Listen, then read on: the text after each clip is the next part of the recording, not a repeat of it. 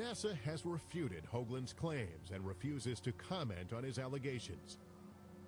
Still, Hoagland wonders if NASA has been working to unlock the secrets stored inside objects like the robotic head and the crystal skulls, searching for prophecies written by a lost civilization.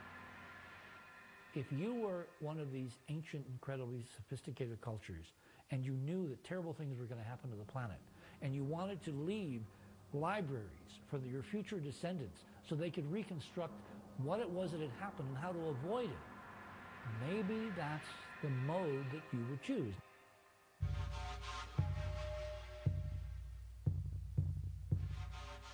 As incredible as Hoagland's theory is, it sounds remarkably similar to stories told in this small village in southern Belize.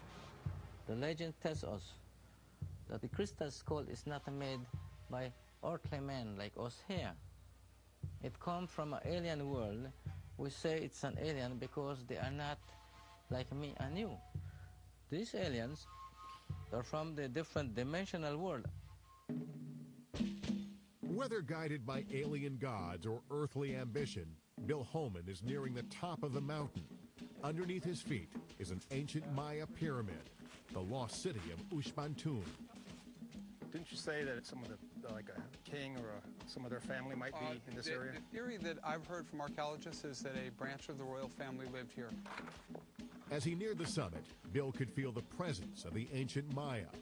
It's around this time that most explorers start to think about the curse surrounding crystal skulls. There are some who say that perhaps the crystal skulls are cursed. In fact, Frederick Mitchell Hedges described his skull as the skull of doom and said that it had been used in ancient ceremonies to will death. Okay, Bill, well, this is about as far as we can go without actually hacking a new trail. I'll hand you off and let you go. According to Christopher, the top of the pyramid is up there somewhere. So Bill will have to hack and hack his way through the tropical forest. Finally, Bill stumbles onto something.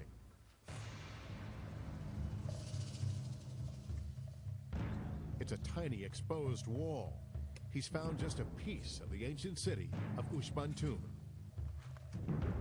I feel that there's something underneath the ground here, especially when you can go around and you see the different openings and look in. You can see that it opens up into like a room inside. So there's more to it than just a pile of stones and rocks. This entire mountain is a giant pile of rocks, and any opening Bill could find is not big enough to squeeze through. He didn't expect to even find this place, and local law prevents any unauthorized digging. He'll have to come back another day after getting a permit, and that could take months. And I feel that there is something here. I feel that if I was able to dig here, you know, just having that feeling and being here, it sure makes you want to find it. As for Leonardo Acul, there is more to this mystery. He sees the link between Bill Holman and F.A. Mitchell Hedges, the man who first came here in search of lost treasure. Leonardo says the time is right to reveal another secret, and it's something Bill Holman has been anxiously waiting to hear. Yes, there is another crystal skull buried not too far from here.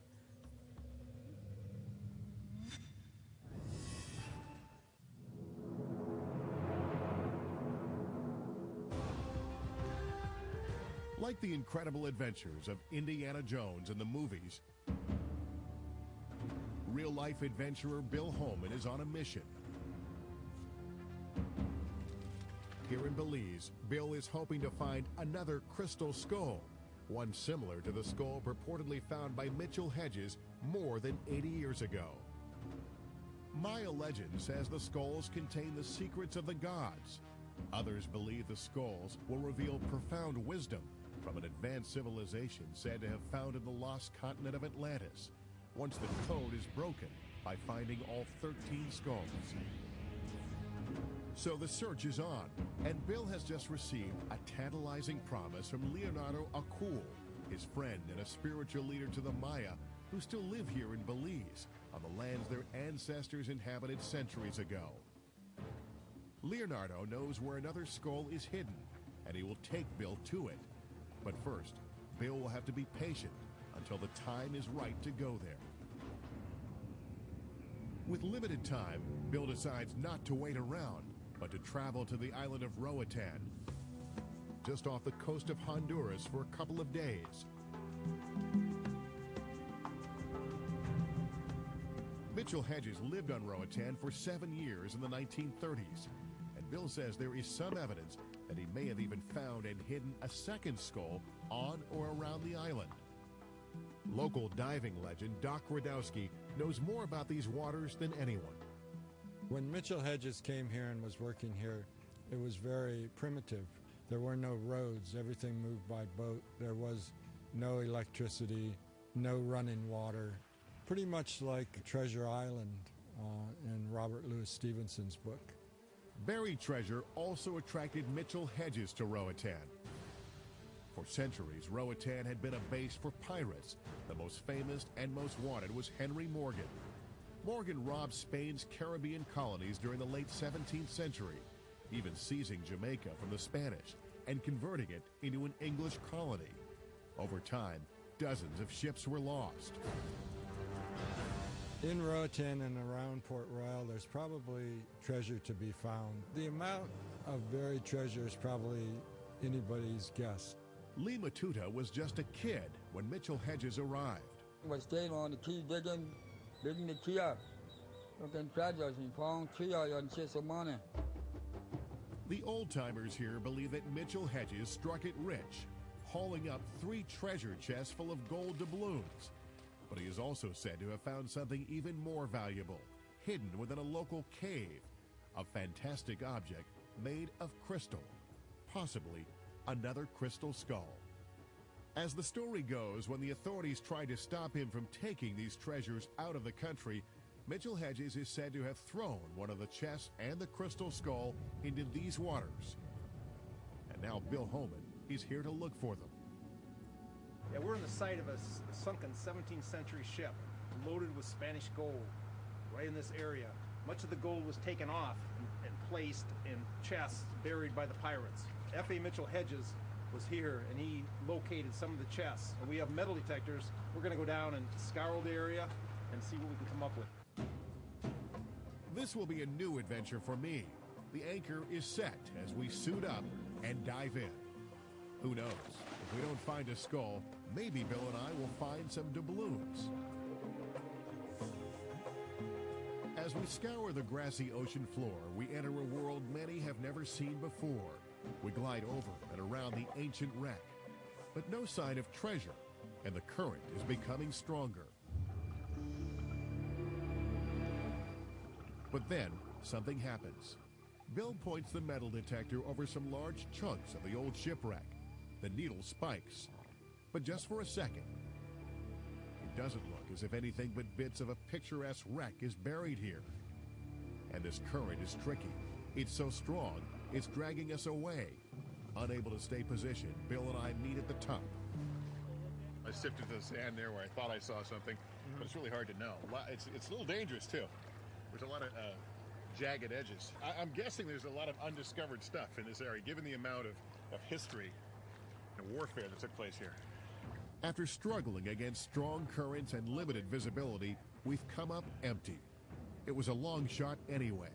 But Bill has a surprise, a hand-drawn map showing another possible location.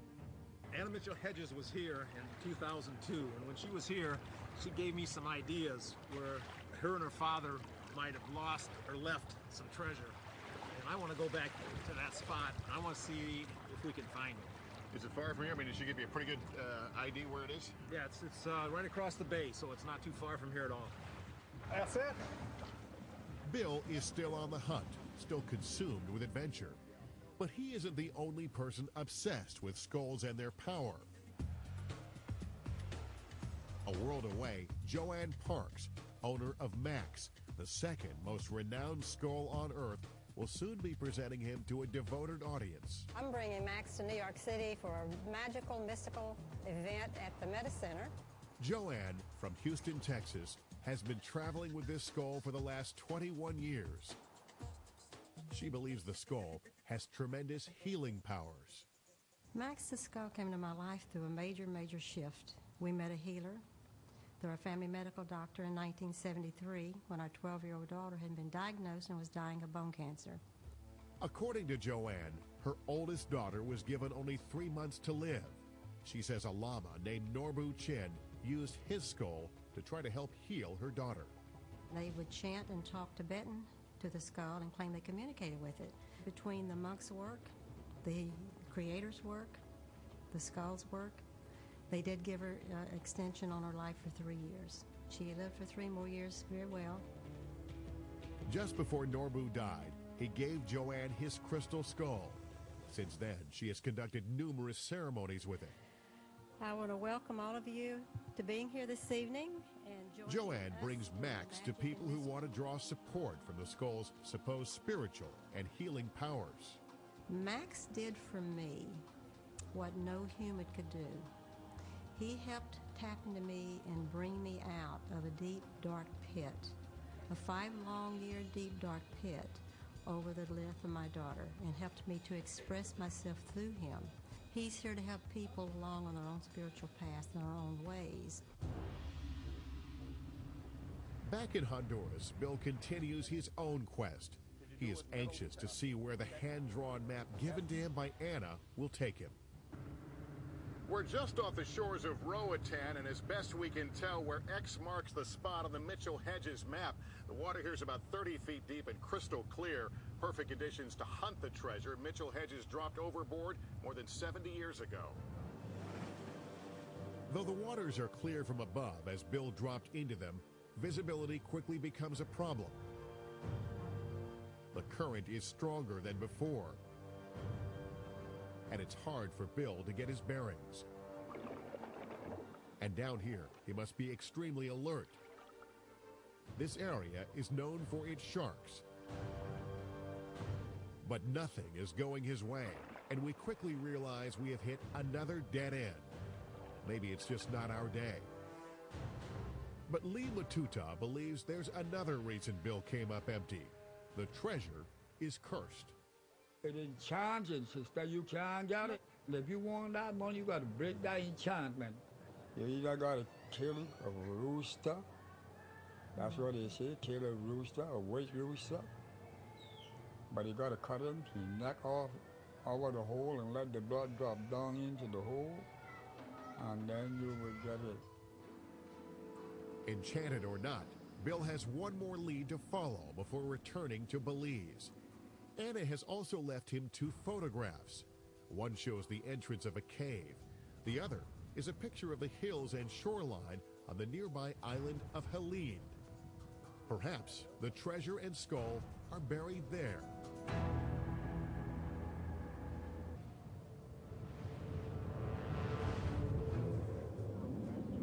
Bill Holman and I have been following Mitchell Hedges' footsteps. In Honduras, we dove for pirate treasure, and Bill tried to track down another lost crystal skull underwater.